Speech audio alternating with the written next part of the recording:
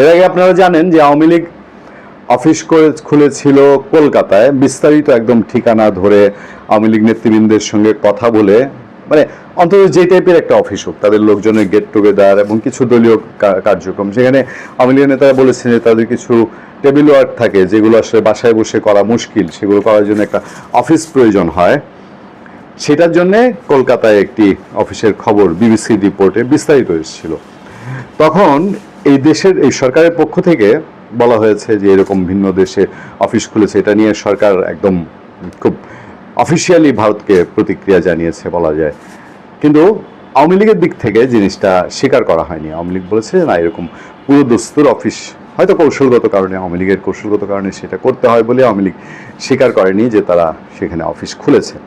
তবে এবার আমরা বাংলাদেশের মানে বিবিসি তো ব্রিটিশ সংবাদ মাধ্যম, বাংলা ভার্সান, বিদেশি কোনো সংবাদ মাধ্যম না, বাংলাদেশের সংবাদ মাধ্যমে পাচ্ছি। তবে বাংলাদেশের বয়ানে, মানে বাংলাদেশে যারা লিখেন তাদের যে স্টাইল, তাদের লেখার আলাদা স্টাইল আছে, যে স্টাইলে আওয়ামী লীগকে আগে পুরো দস্তুর এক দস্তুর গালিগালাজ খিস্তি খেউর করার পরে জানা যাবে যে আওয়ামী লীগের দিল্লিতেও একটা অফিস আছে।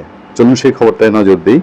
খবরের শুরুগুলো তো একদম একই রকম হয়, দু তিনটা পত্রিকা আমি দেখেছি, তাদের কমন লেখার ধরনটা শুরুতে যেরকম হয় যে পালিয়ে যাওয়া ফেসিবাদী হ্যান তেন, ক্ষমতাচ্যুত প্রধানমন্ত্রী শেখ হাসিনার বিরুদ্ধে আন্তর্জাতিক অপরাধ ট্রাইব্যুনালে করা গণহত্যা মামলার রায় কবে হবে তা জানা যাবে 13 নভেম্বর। দলটিকে কেন্দ্র করে বড় ধরনের নাশকতা ও বিশৃঙ্খলা নীল নকশা এঁকেছে তার দল।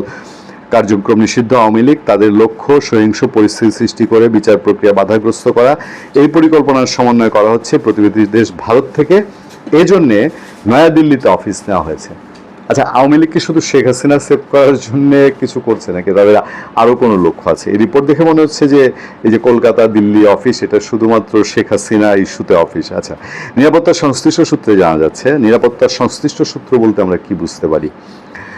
ঢাকায় নাশকতা পরিকল্পনার মূল সমন্বয়ক হিসেবে দায়িত্ব দেওয়া হয়েছে ভারতের পলাতক সাবেক স্বরাষ্ট্রমন্ত্রী আসাদুজ্জামান খান কামালকে। তাকে কৌশলগত সব সহযোগিতা দেওয়ার জন্য, এর আগে বলছি যে বিভিন্ন নেতার নাম বলা হয়েছে, পুলিশের সাবেক কর্মকর্তাদের নাম বলেছে, তাদের সূত্র উল্লেখ করে বলছে তাদের সঙ্গে সমন্বয় করে ঢাকায় অস্থিরতা মিশন বাস্তবায়নের প্রস্তুতি নিচ্ছে পলাতক সাবেক ছাত্রলীগ সভাপতি সহ নানান্ন জন। বাংলাদেশি তৎপরতা চালাতে দিল্লিতে একটি অফিস নেওয়া হয়েছে। কলকাতায় অফিস নেওয়ার খবরও এর আগে গণমাধ্যমে এসেছিল।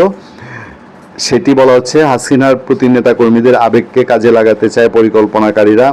রাজধানীর অন্তত 5টি স্থানে নাশকতার ডিজিটাল প্রশিক্ষণ ও যোগাযোগ কৌশলের ট্রেনিং দেওয়া হয়, বাছাই করা হয় এসব ক্যাডারকে। এটা মানে শুধু হেডলাইনটাই বিষয় এখানে উল্লেখযোগ্য যে তারা বলছে দিল্লিতে অফিস নিয়েছে, আর বাদ বাকি খবরের যে মেসেজ, এটা এর আগে তারা একটা খবর দিয়েছে, সেই খবর দিল্লিতেও আওয়ামী লীগের অফিস রয়েছে, কানবে এই করবে সেগুলো, এই যে খবরটা দেওয়া হয়েছিল সেটার থেকে বাদ বাকি এটা জোড়াতালি দিয়ে সে দিল্লিতে আলাদা অফিস নিয়েছে, এরকম একটা হেডলাইন করেছে।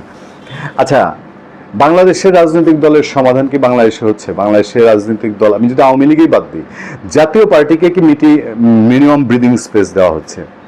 জাতীয় পার্টিকে যে কাকরাইল ঢাকার মাঝখান থেকে হৃৎপিণ্ড থেকে অফিসটা তুলে দেওয়ার জন্য মব তৈরি হলো, সরকার কার পক্ষ নিল? তো এরকম রাজনৈতিক দল যারা বৈধ রাজনীতি করে তাদেরকে যদি আপনি দম বন্ধ করে দেন, তারপরে তাদেরকে নিজেই অবৈধ পথে ঠেলে দিয়ে নিজে অবৈধ ঘোষণা করেন, এটা দায় দায়িত্ব আসলে কার? ভালো থাকবেন, সুস্থ থাকবেন। আপনাদের সাথে আমি আতিক রহমান, পূর্ণিয়া।